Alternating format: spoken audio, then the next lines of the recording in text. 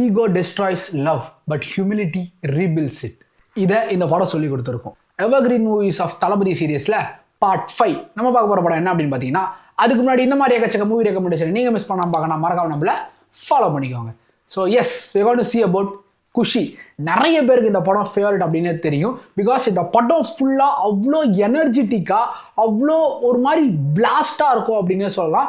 Because இந்த படத்தில் காட்டின காலேஜ் பேக்ட்ராப்பாக இருக்கட்டும், தளபதி ஜோதிகா காம்பினேஷனாக இருக்கட்டும், விவேக் சாரோட காமெடிஸாக இருக்கட்டும், இது எல்லாமே சேர்த்து வச்சு ஒரு காம்பினேஷனாக ஹோல்சமாக ஒரு மாதிரி இந்த படம் ரொம்ப சூப்பராக இருக்கும் அப்படின்னே சொல்லலாம். அண்ட் அந்த ஐகானிக் மீட்டிங் சீன், அந்த விளக்கு அணையாமல் தடுப்பாங்க பார்த்தீங்களா, அது இந்த படத்தில் தான் வரும். ஸோ அவங்க மீட் பண்ணிக்கிறதுலேருந்து எண்டு வரைக்கும் இந்த படத்தை ரொம்ப சூப்பராக கொண்டு போயிருப்பாங்க. தளபதி பண்ண ஒரு தப்பால பிரிஞ்ச ஃப்ரெண்ட்ஸ் எப்படி திரும்பி காதலர்களா ஒன்று சேர்றாங்க அப்படிங்கிறது தான் இந்த படம். அதாவது இந்த படம் ஃபுல்லா ஈகோ லவ் தான் டிராவல் ஆயிருக்கும். லவ் அந்த ஈகோ வந்து எப்படி டிஸ்ட்ராய் பண்ணுது, திருப்பி அந்த ஈகோவை லவ் எப்படி ஜெயிக்குது அப்படிங்கிறதா அந்த படம் ஃபுல்லா டிராவல் ஆயிருக்கும்.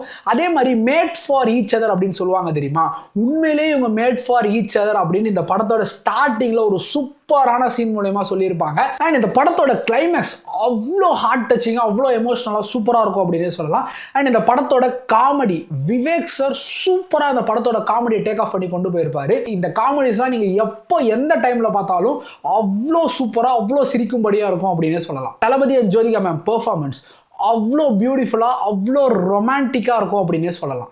ஸோ இந்த படம் ரொம்பவுமே சூப்பராக, ஒரு மாதிரி ஹோல்சமாக, ஃபீல் குட்டாக, உங்களுக்கு ஒரு மாதிரி லைட் ஹார்ட்டடாக சூப்பராக இருக்கும் அப்படின்னே சொல்லலாம். இந்த படம் எத்தனை பேருக்கு ஃபேவரட் அப்படின்னு மறக்காம கமெண்ட் செக்ஷனில் சொல்லுங்கள்.